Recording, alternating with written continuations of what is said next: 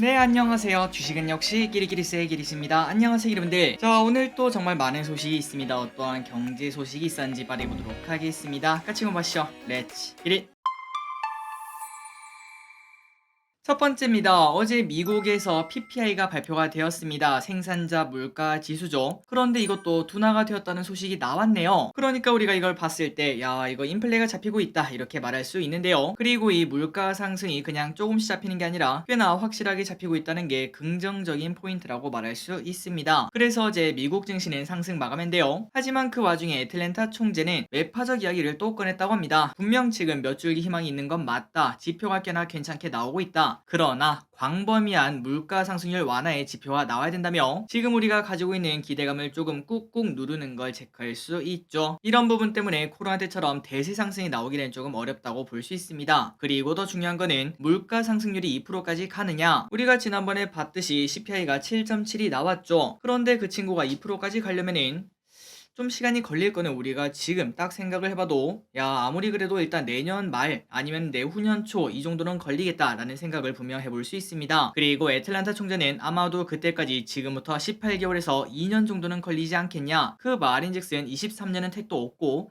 24년 겨울쯤 돼야 되지 않겠나, 이렇게 말을 했다고 합니다. 이런 부분도 여러분들이 한번 생각을 해보시면 좋을 것 같습니다. 그러니까 고금리 상태가 지금부터 한 2년은 간다는 소리겠죠. 어쨌든 어제 미국 증시는 PPI가 잠잠해지는 모습을 나타내며 상승 마감했습니다. 그런데 오늘 아침에 출발이 좋지 않았죠. 1% 넘게 하락하는 걸 확인할 수 있었는데요. 그 이유가 뭔가 봤더니 바로 폴란드 리스크가 생겼습니다. 아침까지만 하더라도 폴란드에 미사일이 떨어졌는데 누가 쐈는지 거기에 밝혀진 바가 없기 때문에 아마도 러시아 아니겠느냐, 이런 얘기가 나왔었습니다. 러시아 추정 미사일이 떨어졌다고 하죠. 정말 큰 일이라고 볼 수 있는데, 그런데 더 큰 문제가 뭐였냐면은 바로 폴란드는 나토 회원국이기 때문에 혹시나 러시아가 폴란드를 공격했다면은 나토 전체가 나설 수밖에 없습니다. 그 말인즉슨 세계 3차 대전이 바로 코앞이었다는 소리겠죠. 그리고 이번 미사일로 또 그냥 공터에 떨어진 게 아니라 2명이나 사망을 했다고 하니까 환율이 갑자기 급등하면서 이렇게 코스피도 쭉 하락하는 모습을 나타낸 걸 체크할 수 있습니다. 그래서 아침까지는 조금 흔들리는 모습이 나타났지만,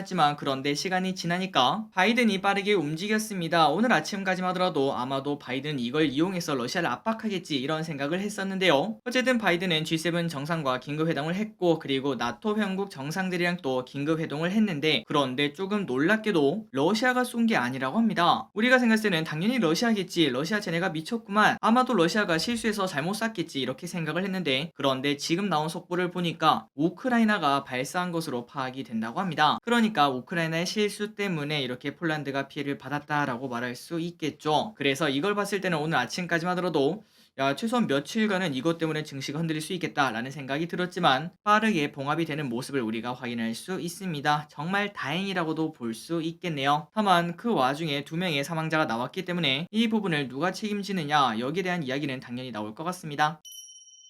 다음입니다. 트럼프 대선 출마. 트럼프가 중간 선거에서는 아쉬움을 조금 남겼지만 그래도 대선 출마를 공식화했다고 합니다. 그리고 출마 선언을 하면서 미국의 복귀는 지금 바로 시작한다, 이러한 이야기를 했다고 하는데요. 그리고 이렇게 중간 선거에서 조금은 아쉬운 모습을 나타냈는데 급하게 출마하는 이유가 뭔가 봤더니 중간 선거의 책임론에서 트럼프가 지금 현재 공격을 받고 있다고 합니다. 이 와중에 그렇다면 트럼프 말고 누구 없냐라고 봤더니 론 디센티스 플로리다 주지사가 차기 유력한 대선 주자로 떠오르고 있기 때문에 이를 견제하기 위해서 먼저 출마를 공식한 것으로 보인다고 합니다. 만약에 이번 중간 선거에서 공화당이 확실하게 이겼다면 트럼프의 입지는 당연히 커졌고 다음 대통령도 트럼프가 되지 않을까라고 볼 수 있지만, 그런데 뭔가가 조금 틀어졌다고도 볼 수 있겠네요. 다음 소식입니다. 현대 기아차 다시 오를 수 있을까? 이런 이야기가 나오는 이유는 바로 주가가 잘 나가다가 떨어지는 그 이유였던 IRA 법안 때문에 그렇습니다. 미국 하원이 상원에 이어서 IRA 개정안을 발의를 했다고 하는데요. 그 수에는 당연히 우리나라 완성차 업계라고 볼 수 있고, 그 안에는 메이드 인 USA 전기차에만 보조금을 주는 조항을 3년만 미루자, 이게 적혀 있다고 합니다. 딱 우리한테 맞춤이라고 볼 수 있겠네요. 과연 올해가 가기 전에 좋은 소식이 나올지, 현대 기아차가 다시 또 상승할 수 있을지 관심 있게 보도록 하겠습니다. 당연히 잘 됐으면 좋겠네요. 다음입니다. 제네시스 콘셉트 모델이 공개가 되었다고 합니다. 저 왼쪽에 보시다시피 이렇게 스포츠카처럼 생긴 게 있는데, 일단은 콘셉트카다 보니까 당장 이렇게 출시가 되는 그런 차량은 아니고요. 그런데 차를 모신 제가 봐도 진짜 이쁜 것 같습니다. 혹자는 이걸 보고 야, 이거 근데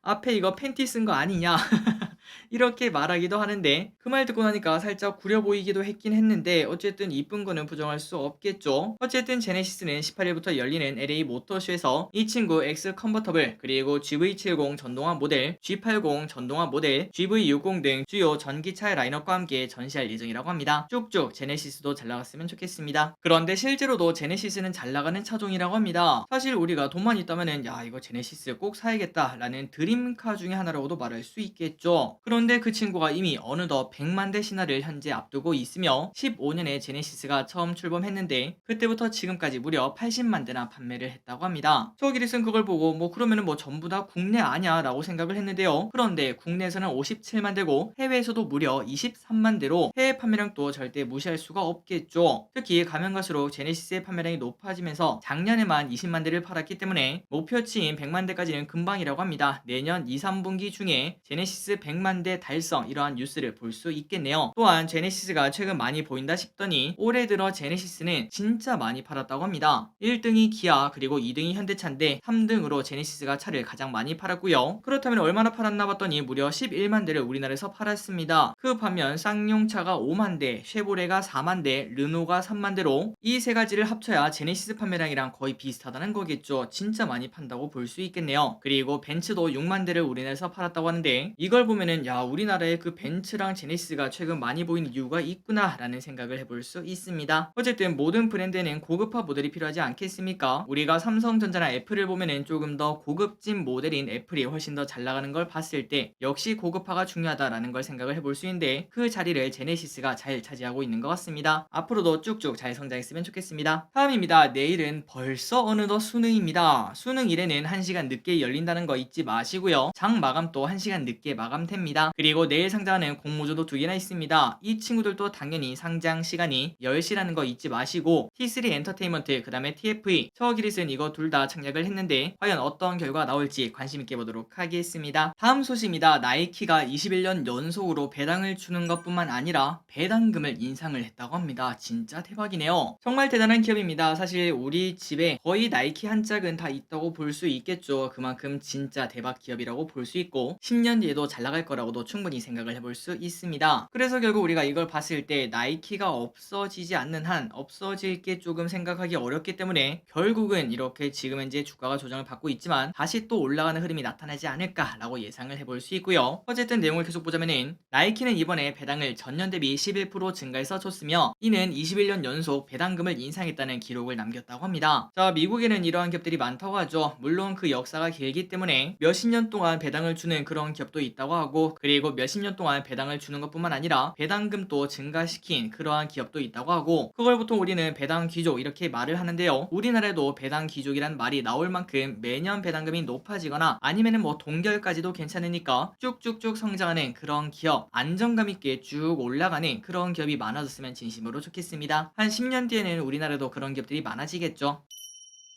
다음입니다. 조금은 중요한 소식일 수 있을 것 같습니다. 포드 CEO 직원 40%가 필요 없어.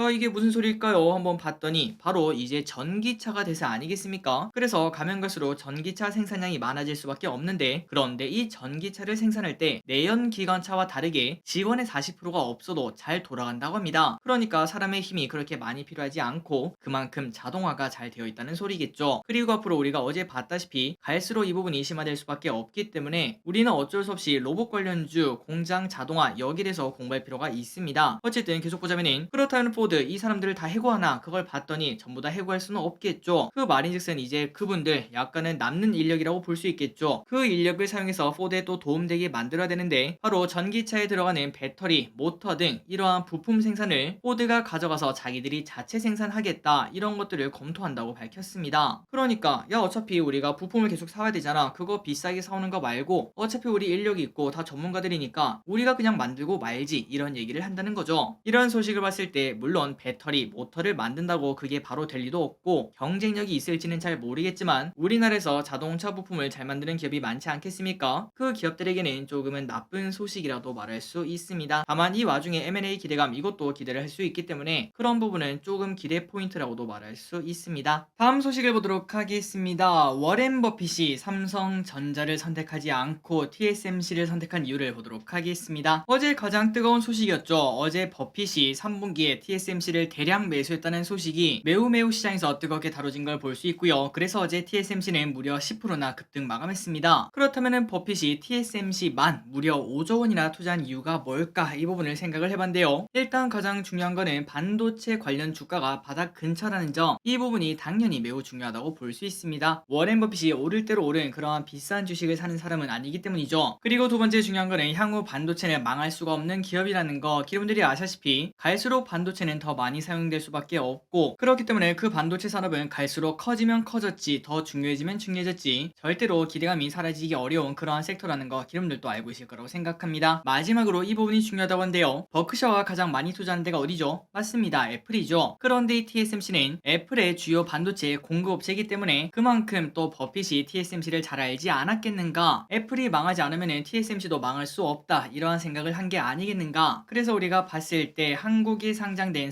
삼성전자보다는 그래도 TSMC가 조금 더 가깝고, 또한 애플이랑 관계성 때문에 아마도 TSMC를 선택하지 않았나, 이러한 얘기가 나온다고 하네요. 그렇다면 우리가 지금 생각할 거는, 야, TSMC를 선택하는 거 보니까 삼성전자는 매력이 없나 보다 라고도 말할 수 있겠지만, 그런데 어차피 섹터는 다 같이 움직입니다. 그렇기 때문에 이 또한 삼성전자에게는 당연히 호재라고 말할 수 있겠죠. 굳이 이 두 개를 선택할 필요가 없이 그냥 전체적으로 성장한다, 이렇게 받아들이시면 될 것 같습니다. 반도체 관련주의 사이클이 돌아온다고 볼 수 있겠네요. 다음입니다. 우리나라 전기료는 어느 정도일까요? 아마도 많은 분들이 알고 계실 거라고 생각합니다. 우리나라는 진짜 싼 전기요금을 가지고 있는 나라죠. 그리고 그 이유는 한전이 바로 적자이기 때문에 우리가 쓰는 전기요금이 저렴하다는 의미랑 똑같다는 것도 알고 계실 거라고 생각합니다. 그렇다면 실제로 우리나라랑 다른 나라랑 얼마나 차이 나나 봤더니 한국은 126원이라고 합니다. 그런데 일본은 315원, 바로 옆에 있는 나라인 일본 또 2배가 넘게 비싸죠. 그리고 덴마크, 독일은 무려 6만원이 넘는다고 하니까 지금 기름들이 사용하는 전기요금 그거 곱하기 4 아니면 5, 이 정도를 해야 유럽에서 쓰는 그 정도 요금이라고 볼 수 있다고 합니다. 그래서 유럽 사람들은 이 전기요금이 이만큼 심각하다 보니까 방에 불 켜는 것도 무섭다, 이러한 얘기가 나온다고 하죠. 참고로 미국은 231원으로 상당히 싼 편인데도 불구하고 우리나라보다는 더 비싼 모습을 나타내고 있습니다. 그렇다면 가스 요금은 어떨까요? 이것도 마찬가지네요. 우리나라는 17.98원인데 미국은 28원, 유럽은 46원으로, 우리나라는 이걸 봤을 때 야, 정말 살기 좋은 나라다. 다른 나라는 지금 인플레 때문에 허덕인다고 하지 않겠습니까? 사실 우리도 최근 들어 인플레 정말 심각하다, 금리 너무 심각하다, 이런 얘기를 하고 있지만 우리가 느끼는 그 감정이랑 유럽이랑 다른 나라에서 느끼는 감정이 조금은 차이가 나겠구나, 전 세계가 진짜 인플레 때문에 비명을 지르고 있겠구나 라는 걸 한번 생각을 해볼 수 있습니다. 어쨌든 이런 걸 봤을 때 한전 주주분들은 조금 눈물이 나겠지만 우리가 사용하기는 부담이 없는 건 맞다고 볼 수 있겠네요. 생각보다 차이가 큰 걸 확인할 수 있었습니다. 그렇다면 금리 이야기 보도록 하겠습니다. 금리가 연일 상승하면서 코픽스가 4%대에 육박했습니다. 그리고 주담대 역시 8에서 9%까지 이를 것이다, 이러한 전망이라서 이대로라면 지금 1억을 빌리면 10년 뒤에 무려 2억이 될 정도의 엄청난 이자를 부담해야 된다고 합니다. 자, 기름들 72의 법칙 알고 계시죠? 금리를 더하면 2배가 되는 숫자인 거 아마 알고 계실 거라고 생각합니다. 그런데 지금 7%가 넘으니까 10년이면 7 곱하기 10이면 70 아니겠습니까? 72에 가깝기 때문에 2배가 된다는 의미라고 볼 수 있겠죠. 그래서 이렇게 금리가 정말 심각한 상태인 걸 볼 수 있고, 그리고 중요한 거는 아까 우리가 처음에 봤습니다. 요즘 연준에서 말하기를 최소한 내년 말까지는 금리 하락이 없다, 이런 얘기를 하고 있으니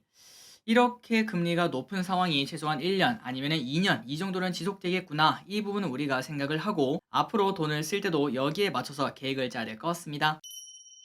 다음 소식입니다. 중국 광저우에서 시위가 나타났다는 소식입니다. 왼쪽에 보면 사람들이 이렇게 몰려있는 걸 볼 수 있죠. 이걸 보고 진짜 신기했습니다. 중국에서도 시위가 일어나네요. 그렇다면 이렇게 일어난 이유가 뭔가? 과도한 봉쇄에 경찰차를 전복시키는 등 시위가 일어나고 있으며 실제로 물대포가 발사가 되고 있으며 그 불만은 딱 한 가지입니다. 코로나 검사 및 봉쇄에 대한 불만이라고 합니다. 결국 이러한 흐름이 나타나는 걸 봤을 때 중국의 제로 코로나 정책은 흔들릴 수밖에 없으며, 또한 중국에서는 미국의 제안인 mRNA 백신은 거절을 했지만 않지만 그래도 외국인에게는 독일 바이오엔테크 백신 접종을 허용한다 이렇게 밝혔다고 합니다. 이때까지는 중국에 거주하는 외국인도 해외 백신을 맞을 수가 없었는데 그 부분이 풀린다고 하니까 결국 시간이 지나면은 mRNA 백신이 또 중국에 흘러가지 않겠나, 일반 시민들도 맞지 않겠나 라고 본다고 합니다. 마지막 소식을 보도록 하겠습니다. 최근 외국인이 14일 연속 매수한 기업이 있다고 하는데 그게 뭔가 봤더니 바로 현대두산 인프라코어. 이 친구가 요즘 정말 뜨거운 주식 중 하나죠. 무려 60%나 바닥에서 급등하는 모습을 나타내고 있으며 이렇게 상승한 이유는 당연히 외국인의 매수 때문입니다. 그렇다면 외국인이 사는 이유가 뭔가라고 딱 물어봤더니 글로벌 건설업 호황에 대한 기대감이 현재 반영이 되고 있다고 합니다. 아니 이게 뭐 경기 침체라며, 근데 건설업 호황이 어떻게 말이 돼? 에너지 가격이 심상치 않죠. 그렇기 때문에 미국과 유럽 에너지 안보를 위한 인프라 건설 여기에 대한 기대감이 있고요. 그리고 두 번째, 중국의 경기 부양 가능성, 이 부분 당연히 알고 계실 거라고 생각합니다. 마지막으로는 또 네옴시티, 이게 또 대단한 프로젝트 아니겠습니까? 여기에 대한 기대감도 있기 때문에 글로벌 건설업 호황에 대한 기대감이 현재 나타나고 있으며 지금 현재 우리나라만 이렇게 오른 게 아니라 전 세계에 있는 이러한 건설기의 관련주가 전부 다 주가가 올라가고 있다고 합니다. 또한 실적 자체도 좋다고 합니다. 다만 전문가들 사이에서는 추격 매수는 좀 어렵지 않겠나, 단기간에 너무나 많이 올랐기 때문에 최근 급등한 피로를 풀고 난 다음 그때 한 번 더 공부하는 게 어떻겠나, 이러한 시각도 존재한다고 합니다. 그래서 정말 간단하게 보자면 절대 정답일 수는 없겠지만 만약에 현대두산 인프라코어를 지금 사긴 좀 부담된다, 나중에 좀 빠지면 사고 싶다라는 생각이 든다면은 이 이평선이랑 조금 가까워질 때, 가까워지면 가까워질수록 부담감, 그러니까 최근 급등한 피로가 풀렸다라고 말할 수 있습니다. 이 부분을 참고하시면서 매수 매도 타이밍을 한번 보시는 것도 괜찮을 것 같습니다. 다만 그 전에 가장 먼저 된 건 뭘까요? 맞습니다. 당연히 공부부터 해야겠죠. 최소한 1년 이상 들고 갈 만한 기업인지 그런 것들을 꼭 공부를 해보시고 꼼꼼하게 선택하시기 바랍니다. 마지막으로 현대두산 인프라코어의 실적을 봤을 때 조금씩